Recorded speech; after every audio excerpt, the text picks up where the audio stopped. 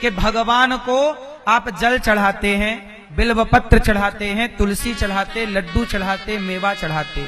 अच्छा बताओ, भगवान को क्या चढ़ाना चाहिए? जोर से क्या चढ़ाना चाहिए? क्या चढ़ाना चाहिए भगवान को? बोलो मेरी मां। अरे भगवान के मंदिर जाओ तो पुष्प लेकर नहीं, नारियल लेकर नहीं, तुलसी और बिल्व पत्र लेकर नहीं। अब की बार मंदिर जाना, बहुत नारियल, बहुत पुष्प, बहुत लड्डू, मिठाई, सोना चांदी चढ़ा चुके, ना पैसा चढ़ाने की जरूरत, ना सोना चांदी, ना हीरा, कुछ ना चढ़ाओ। क्या चढ़ाओ? अब की बार मंदिर जाओ तो कहना कि हे बिहारी जी, हे श्याम सुंदर, आज मैं वस्तु लेकर नहीं आई, आज मैं सोना चांदी, रुपया, पैसा, लड्डू, फूल, दूबा लेकर नहीं आई या आया, आज मैं स्वयं को लाई हूं। आज तक तो खूब नारियल, लड्डू, पेड़ा चढ़ाया, आज अपने आप को चढ़ा दीजिए भगवान के चरणों में, स्वयं को चढ़ाइए। अच्छा बताओ, हनुमान जी ने राम को नारियल चढ़ाया था, तुलसी चढ़ाई, जल चढ़ाया, या हनुमान जी ने स्वयं को चढ़ा दिया? प्रभु आज से मैं आपका, आज से मैं, हाँ, तो बताओ क्या चढ़ाना चाहिए भगवान को? आपने आज तक वस्तुएं चढ़ाई हैं और भगवान को वस्तुओं की जरूरत नहीं है। भगवान कहते हैं चढ़ाना है तो आप अपने आप को समर्पित कर दीजिए भगवान के चरणों में। विभीषण जी गए लंका से, तो बताओ राम को क्या चढ़ाए?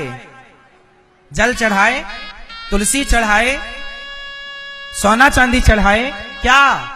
स्वयं अपने आप को उन्होंने अपने आप का समर्पण कर दिया। प्रभु मैं आपका, मुझे स्वीकार करो। आप लोग गलती क्या करते हैं कि भगवान को वस्तु देते रहते हैं। वस्तु की क्या जरूरत है भगवान को? पैसे कितने दोगे भगवान को? उनके तो लक्ष्मी जी पांव दबा रही हैं, तुम भगवान को कितना पैसा दोगे बताओ?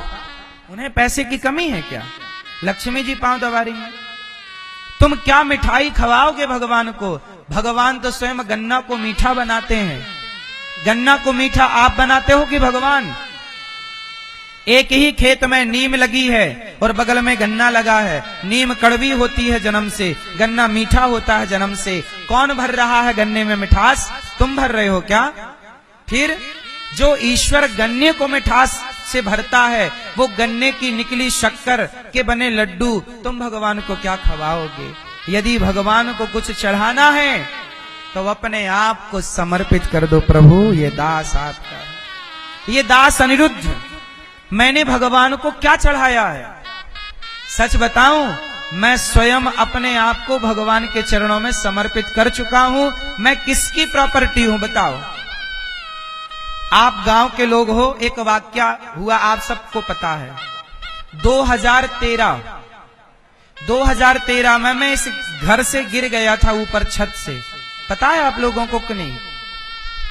मैं छत से गिर गया था लगभग 20-25 फीट ऊपर से, और मैं जब गिरा तो मेरा कोल्हू टूट गया था। बोलो हाँ। मैं कई महीने हॉस्पिटल में भर्ती रहा, हाँ या ना?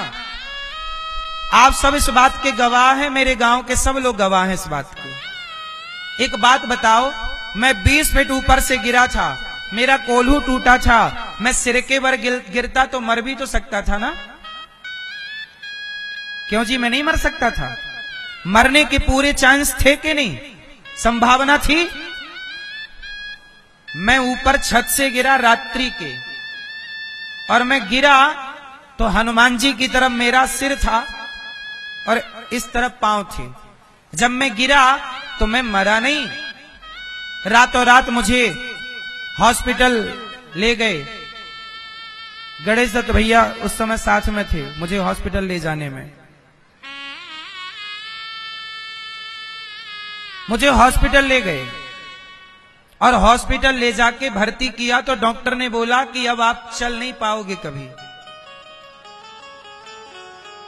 जामदार डॉक्टर बोला चल नहीं पाओगे। क्यों?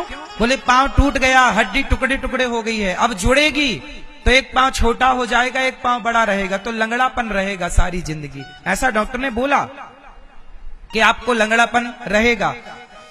मैं 2 महीने लगभग बिस्तर पे पड़ा था हॉस्पिटल में। तब मैंने सोचा कि यार मैं गिरा था, मरा क्यों नहीं? यदि मरा गया होता तब तो अभी तक तो मेरा नामो निशान ना होता। भूल जाता ना सब व्यक्ति, कोई याद ना रखता। मैं मरा नहीं, मुझे जिंदा रखा भगवान ने। क्यों जिंदा रखा? मुझे तब समझ में आया कि मुझे ईश्वर ने, अब समझ में आया कि जिंदा क्यों रखा। सच बताऊं, मैंने तभी से सोच लिया कि मैं तो मर ही गया। मैंने अपने आप को मरा हुआ ही मान लिया कि मैं मर गया जगत के लिए। अब मैं यदि बचूंगा, जिंदा हूं, तो बची हुई जिंदगी भगवान के चरणों में समर्पण करूंगा, सेवा करूंगा। इसलिए मैं तो 2013 में ही मर चुका हूं। अनिरुद्धाचार्य तो जब छत से गिरा तभी 2013 में मर चुका था। अब यदि मैं जिंदा हूं तो ईश्वर की कृपा, ईश्वर ने मुझे बची हुई जिंदगी दी, इसलिए मैंने सोचा कि अब बचा हूं, मर जाता ना साहब, अब बचा हूं तो बचा हुआ सारा जीवन भगवान की और भगवान के भक्तों की सेवा में लगाऊंगा। ये मेरा तभी का संकल्प था। इसलिए ये दास अनिरुद्ध ने कुछ और ना करके मैंने सेवा को चुना कि अब बची हुई जिंदगी सेवा में लगाओ, अच्छे काम करो बस। मैं पहले भी अच्छे काम करता था, बुरा नहीं करता था किसी का, लेकिन फिर भी मैं छत से गिरा, कोई मेरे पाप रहे होंगे जो मुझे इतना कष्ट उठाना पड़ा। मैं कुछ दिन वैसाखी लेकर भी चला, हाँ या ना? 2 वैसाखी लेके चला, फिर 1 वैसाखी से चला, फिर लंगड़ाता हुआ चला।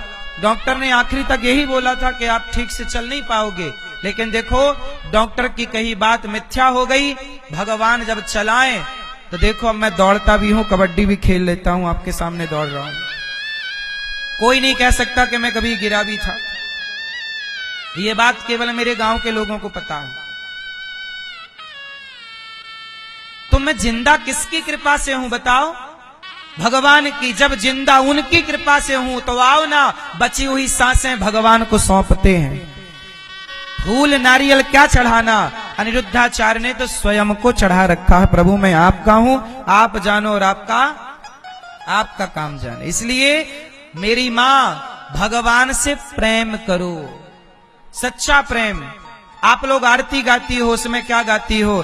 तन भी तेरा, मन भी तेरा, सब कुछ है तेरा, स्वामी सब कुछ है तेरा, तेरा तुझको अर्पण, प्रभु जी का प्रभु जी को अर्पण, क्या लागे मेरा, ओम जय जगदीश हरे। तो प्रभु सब आपका है, इसलिए केवल कहो ना कि सब आपका है, हृदय से मान लो, सौंप दो अपने आप को। प्रभु आप जानो आपका काम। उद्धव जैसे ज्ञानी बड़े वृंदावन गए, तब गोपियों के प्रेम के आगे नतमस्तक हो गए। प्रेम सबसे ऊंचा है साहब। प्रेम किया था भरत जी ने, प्रेम किया था मीरा ने, प्रेम किया गोपियों ने। जो प्रभु से प्रेम करेगा उसका प्रेम अमर हो जाएगा। जो संसार से प्रेम करेगा तो क्या पाएगा?